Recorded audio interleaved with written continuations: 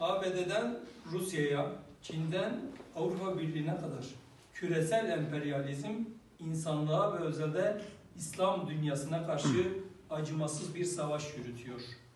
Küresel emperyalizm nedeniyle küresel yoksulluk ve açlık büyürken iç savaşlar ve insani krizler derinleşiyor. Bugün dünyada 66 ülkede savaş ve çatışma yaşanırken ölen her 4 kişiden 3'ünü siviller oluşturuyor. 2018'de savaş ve çatışmalarda 12 binden fazla çocuk yaşamını yitirdi.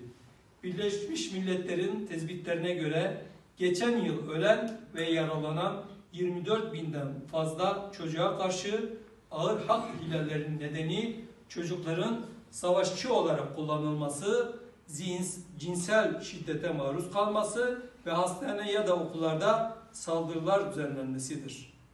Emperyalizmin kurduğu ya da koruduğu terör örgütlerinin saldırıları sonucunda 2018'de 16 bin kişi yaşamını yitirdi.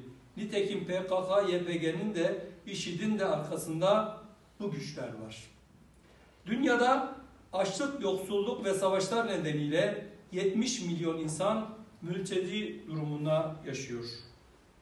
Batı'da yükseltilen ırkçılık ve göçmen düşmanı politikalar